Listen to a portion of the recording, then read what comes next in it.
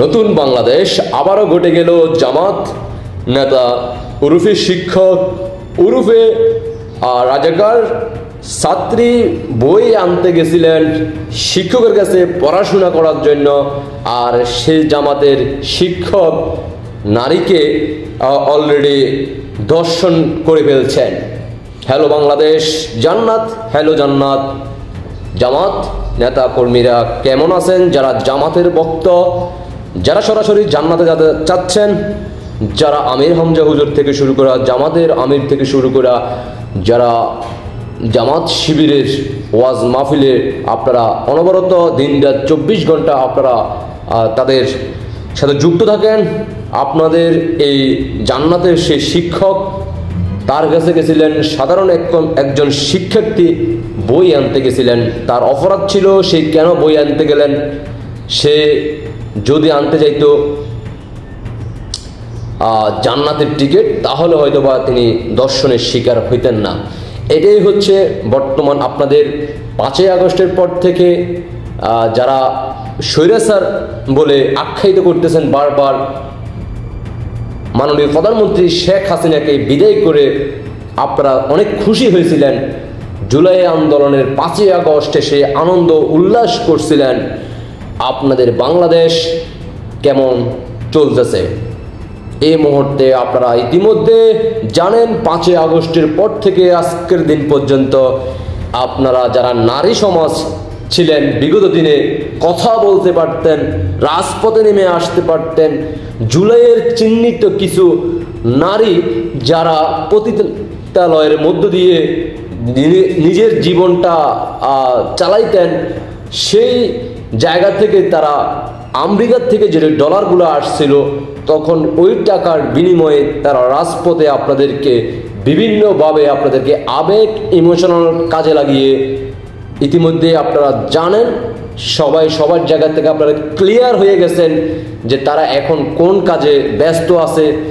অনেক জুলাইয়ের সেই নারী আপুরা আপনারা ইতিমধ্যে জানেন যে কত সুন্দর সুন্দর করে আপনাদের সামনে ভিডিও উপস্থাপন করতেছে, আপনাদেরকে ভিডিও দিচ্ছে তরুণ প্রজন্মদেরকে আকর্ষণ করার জন্য।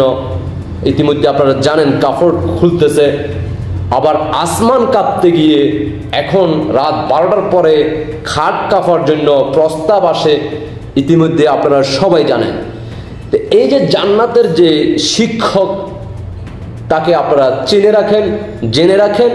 এই জান্নাতের এই শিক্ষক যিনি জামাতের একজন নেতা, তার কাছে একজন সাধারণ শিক্ষার্থী গেছেন বই আনার জন্য, আর বই আনতে গিয়ে তিনি হয়ে গেছেন দর্শনের শিকার।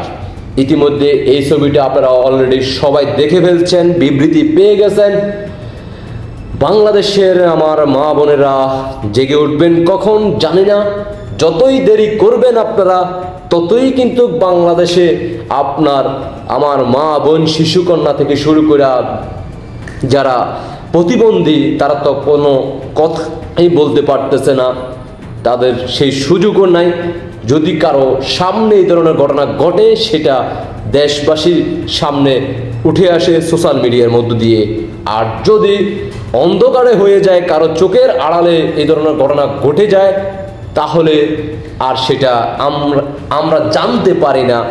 পাশাপাশি হচ্ছে বাংলাদেশে সব ঘটনা তো আর সবাই দেশবাসীর উদ্দেশ্যে জানান দেওয়ার জন্য সোশ্যাল মিডিয়াতে আপলোড করে না, কারণ শত শত মায়েরা বোনেরা তাদের পরিবারের কথা চিন্তা করে, তাদের সম্মানের কথা চিন্তা করে তারা সেটাকে চুপ হয়ে নিজেকে সেটা অন্ধকারের ঘরের আলো বন্ধ করে চোখের পানি পালাচ্ছেন।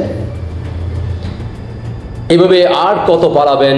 এভাবে আর কত বাংলাদেশের সেই 71-এর পর যে আপনারা আজকে বাংলাদেশ 54 বছরে যে নারীরা যা দর্শন হয় নাই, যা মার্ডার হয় নাই, তার চেয়েও দ্বিগুণ নয় 3 গুণ বৃদ্ধি এই গত 10 মাসে ইতিমধ্যে আপনারা সোশ্যাল মিডিয়ার বিভিন্ন নিউজ আপনারা পেয়ে গেছেন। এখনো আপনারা জুলাইয়ের জন্য কিছু সংখ্যক নারী সমাজ পতিতালয়ের যে অল্প বয়সের 16 থেকে 17, 20 বছরের মেয়েরা কথা বলতেছেন, কারণ তারা তো হচ্ছেন সেই জমানার মানুষ যে জগতের কোনো সম্মান নেই, তাদের শিক্ষা নেই, তাদের অর্জন শুধু একটাই, আমেরিকা থেকে ডলার আসবে, সুদ হয়ে যাবে হালাল, বাংলাদেশ বিক্রি করলে তাতে কোনো সমস্যা নেই।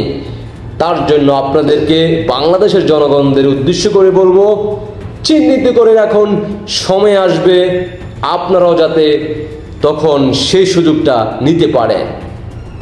আর এই জান্নাতের শিক্ষকের জন্য সবাই দোয়া করবেন, বেশি বেশি করে বই নিয়ে আসতে যাবেন, তাহলে দর্শনের শিকার হবেন।